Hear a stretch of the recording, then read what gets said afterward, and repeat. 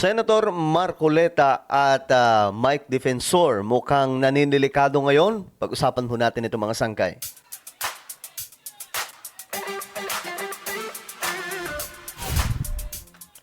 Hello, what's up guys? This is me. We are back dito sa ating YouTube channel, Sangkay Janjan TV. And this is me, Sangkay Janjan. And ayun na nga po mga sangkay, pag-usapan po natin to kasi mukhang madidiin po ang dalawa no, na magtropa, si Senador Marcoleta at itong si Mike Defensor. At naninilikado sila ngayon mga sangkay. At alam niyo naman tayo, neutral po tayo pagdating sa mga usapin ng politika. Yung mga awayan ng mga politiko, neutral po tayo dyan. Hanggat maaari mga sangkay, iniiwasan po natin ang kumampi sa kahit na sino. Kasi alam naman po natin na ang politika sa ating bansa magulo dahil po sa sistema. Kaya po ganyan sila dahil po sa sistema na napakapangit mga sangkay mula po sa 1987 Constitution. Okay. Pero ngayon, pag-usapan po natin ito. Ano nga bang nangyari? Bakit naninilikado si Senator Marcoleta at saka si Mike Defensor? Pag-usapan po natin ito. Anyway, ayan na nga po. Tingnan natin. Ito yung balita kasi mga sangkay. Bodyguard ni Zaldico. Bukod sa tatlong dating bodyguard ni Zaldico, binawi na rin ng dating sundalong si Orly Guteza ang nauna niyang pahayag na nag-deliver siya ng mali-malitang pera sa bahay ni dating House Speaker Martin Romualdez. Ang sabi ni Guteza, sina Senador Dante Marcoleta at dating Congressman Mike Defensor ang nasa likod ng pagharap niya sa Senate hearing. Ayan na. Nakapilit ng pera at scholarship sa kanyang mga anak. Nakatutok si Maki Pulido. Exclusive! Unang lumabas sa publiko si Orly Guteza sa pagdinig ng Senate Blue Ribbon Committee kaugnay ng mga anomalya sa flood control projects noong Setyembre ng nakaraang taon. Sa kanyang testimonya, sinabi niyang bilang bodyguard ni dating Congressman Zaldico, naghahatid siya ng mali-maletang pera sa bahay ni dating House Speaker Martin Romualdez. Humigit kumulang 3 beses ako mismo ang nag-deliver ng basura sa bahay ni Congressman Zaldico at sa mga bahay ni Speaker Romualdez. Si Senador Dante Marcoleta ang nagharap sa pagdinig kay Guteza na inilapit daw ng kaibigang si dating Congressman Mike Defensor. Pero ngayon, binabawi na ni Guteza ang kanyang mga sinabi sa isang panibagong affidavit. Parang hindi bago yung ganito mga sangkay, no? Naalala ko yung issue tungkol po kay Senator De Lima. Ganon din po yun eh. After all, mga sangkay, binawi din po ng mga nag-akusa sa kanya. Yung mga testigo, mga sangkay. So parang hindi bago sa Pilipinas. At nakakalito kasi hindi na po natin alam kung sino po ang nagsasabi ng totoo sa kanila.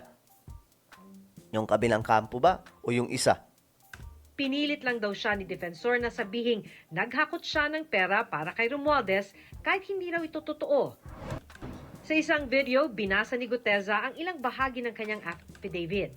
Sa isang Japanese restaurant malapit sa Senado, sinulat daw ang kanyang affidavit laman ng kwentong idinikta ni Defensor.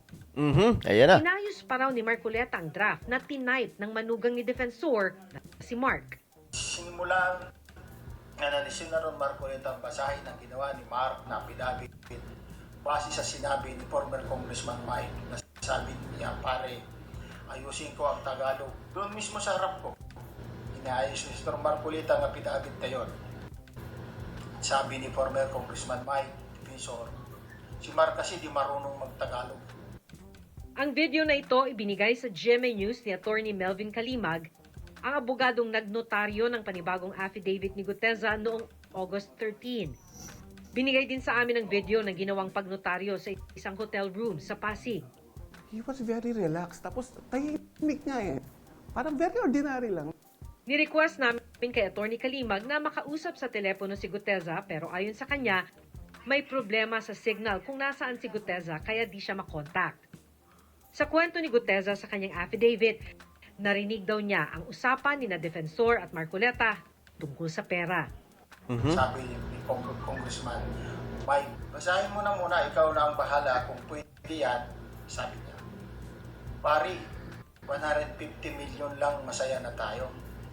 At nang matapos siyang basahin ng affidavit, sabi niya, ito na yung missing link na hinahanap natin kasi puro sila Saldico at ikaw lang ang makapagbabanggit kay former Speaker Martin na di-deliver ng pera. Pinangakuan daw siya ng pera at scholarship sa mga anak. Pinilit niya sa akin na ako na lang sabay sabi na basahin mo lang ang mga basahin mo lang yan at mababayaran mo naman. Ako ay napilitan na sabihin para sa kanya, sige po sir,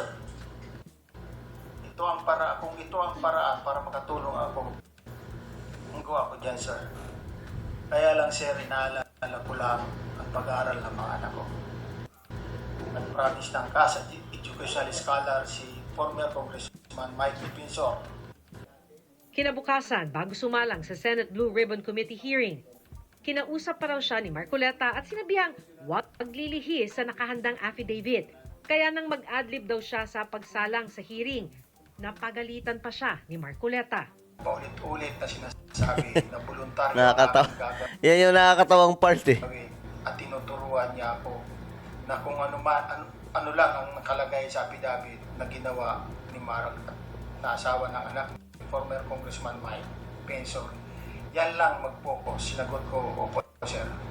Pagkatapos ng Senate hearing, hindi na raw siya muling kinontak ni na Defensor at Mhm. Marcoleta.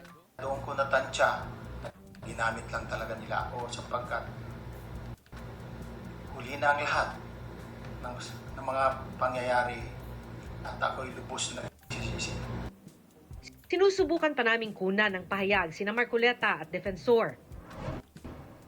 Ang binabawi ngayong salaysay ni Guteza, bahagi ng mga ebidensyang pinag-aaralan ng Ombudsman para sa posibleng isampang reklamo laban kay dating Speaker Romualdez. Bukod kay Guteza, nag-recant na rin ang 3 niyang kasamahang bodyguard na may affidavit na hawak ng Ombudsman. Hiningan namin ng Ombudsman ng reaksyon pati na kung ano ang epekto nito sa case build-up laban kay Romualdez. Pero hinihintay pa nilang magkakopya ng affidavit ni Guteza bago sila makapagbibigay ng komento. Bakit Okay, so ang tanong dyan, makaaapekto ba yan sa ikakaso kay former Speaker Romualdez? Kasi may grandest case daw po na isasampa sa dating Speaker. No? At may go signal din po yun mula sa Presidente po ng Pilipinas, mga sangkay. So, yun yung mahalagang tanong eh. Paano nangyari na bumaliktad ito? Kasi I'm sure, yung kabilang campus sasabihin, nabayaran o kung anong sasabihin kay Guteza, mga sangkay, pero hindi naman din po natin alam yung kwento talaga na mas malalim eh. Kasi alam nyo naman sa Pilipinas, di ba? Kung sino yung may pera, yun po yung nakalalamang. Talagang gulangan ng gulangan yung mga politiko sa ating bansa eh. Ganyan po eh. So, ngayon, kayo na magtansya. Sa tingin nyo, totoo kaya itong sinasabi ni Guteza? O mayroong kumumpas sa kanya? At magkano ang dahilan? Yun yung tanong natin, mga sangkay. Kasi ang hirap na, hindi na po natin alam kung anong totoo na nangyayari sa Pilipinas, no? Ang gulo-gulo. Ano po ang inyong opinion? Comment down below. Meron tayong YouTube channel. Ito po isang Revelation. Hanapin nyo po ito sa YouTube ngayon din. Kapag nakita nyo na, i-click nyo po yung subscribe, i-click ang bell, at i-click nyo po yung all. Ako na po ay magpapaalam. Mag-iingat pong lahat. God bless everyone.